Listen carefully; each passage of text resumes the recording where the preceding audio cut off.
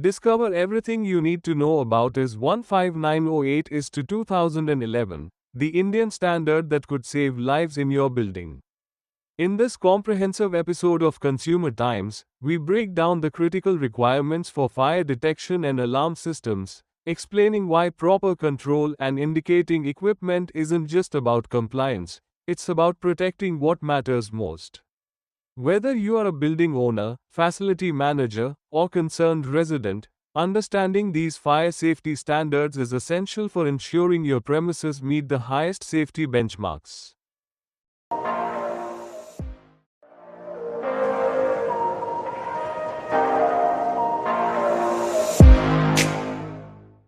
Hello and welcome back to Consumer Times. I am your host Dr. Arun Kumar. As you know, fire safety is not something we think about daily, but when disaster strikes, the difference between life and death often comes down to seconds.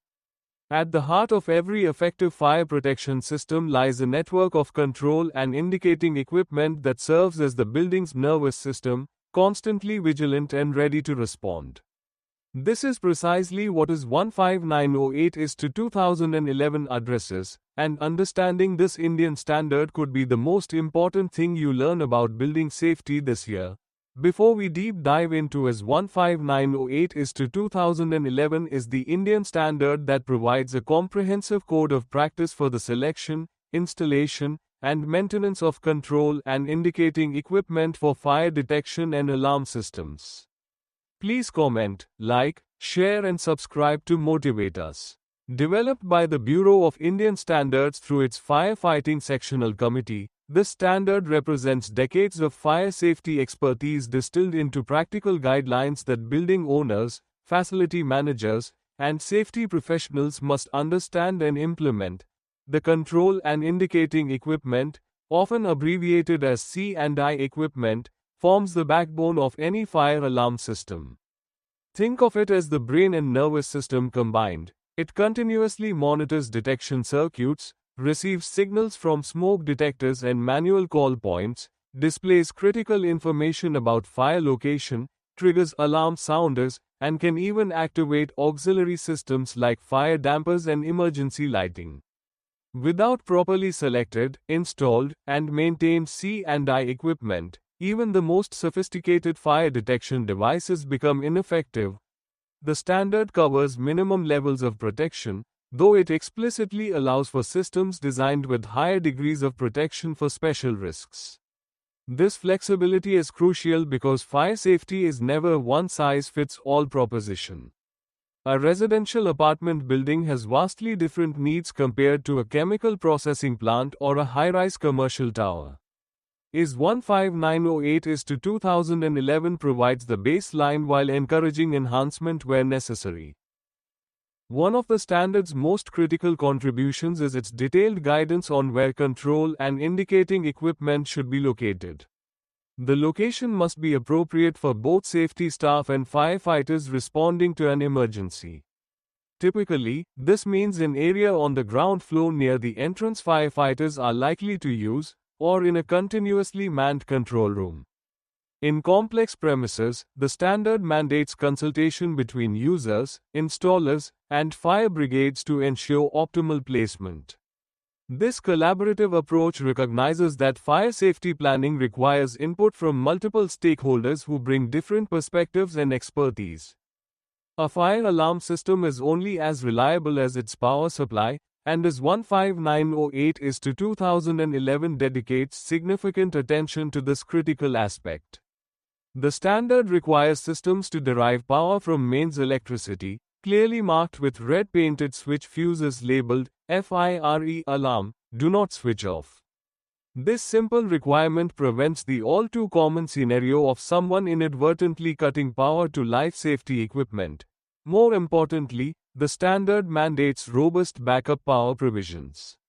Standby batteries must maintain normal system operation for at least 48 hours after mains failure, with sufficient remaining capacity to operate all alarm sounders at full load for an additional 30 minutes. This requirement acknowledges that fires don't wait for convenient business hours. They can occur during extended holiday closures when buildings remain unoccupied for days. The standard also provides detailed calculation methods for determining appropriate battery capacity, ensuring that backup systems aren't merely cosmetic additions but genuine safety provisions.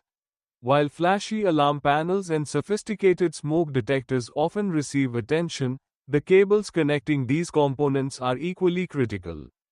IS 15908 is to 2011 recognizes that cables represent the most vulnerable link in the fire safety chain. After all, a fire can damage the very cables meant to report its presence, a cruel irony that proper cable selection helps avoid. The standard specifies fire-resistant low-smoke cables as the minimum requirement, with a strong recommendation for mineral-insulated cables in high-hazard occupancies like oil refineries, airports, power plants, and metro rail systems. These cables maintain circuit integrity even when directly exposed to fire, ensuring that alarm signals reach their destination when needed most. The standard also provides detailed installation requirements. Cables must be laid in conduits, properly tagged for identification, include service loops at connection points, and avoid joints between critical components. Perhaps most importantly, the standard mandates segregation of fire alarm circuits from other electrical systems. This prevents electromagnetic interference, protects against damage during maintenance of unrelated systems, and ensures that faults in other circuits don't compromise fire safety equipment. The recommendation that fire alarm cables be red in color might seem minor, but it dramatically reduces the risk of accidental interference during building modifications or repairs. For high-rise and special buildings, IS 15908 is to 2011 requires dedicated control centers, rooms of 15 to 20 square meters staffed 24 hours a day.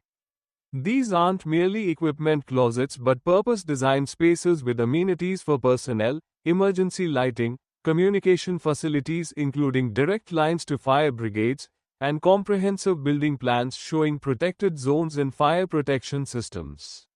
The requirement for segregated air conditioning with automatic fire dampers further demonstrates the standard's attention to resilience. Even the control center must remain operational during emergencies.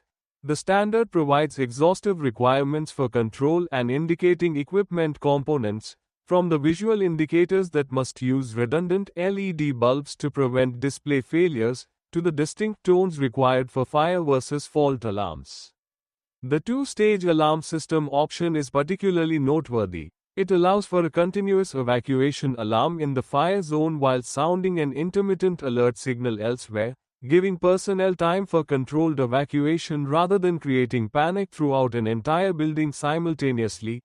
Even perfectly installed fire alarm systems will fail without proper maintenance, and IS 15908 is to 2011 dedicates substantial space to inspection and testing requirements. The standard recognizes that fire safety is an ongoing commitment, not a one-time installation project. It prescribes daily checks by users to verify normal operation, weekly testing of detection zones, quarterly battery inspections, and comprehensive annual inspections including detector sensitivity testing.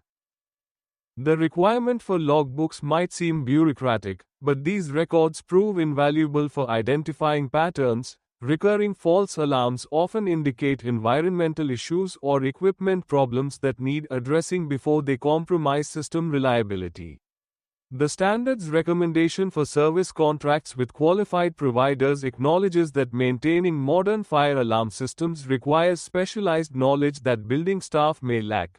IS 15908 is to 2011 represents more than just technical specifications. It embodies lessons learned from countless fire incidents where inadequate or poorly maintained alarm systems contributed to tragedy. The standard balances prescriptive requirements with performance-based objectives, providing clear guidance while allowing flexibility for different building types and occupancies. For building owners and managers, compliance with IS 15908 is to 2011 isn't merely about meeting legal requirements.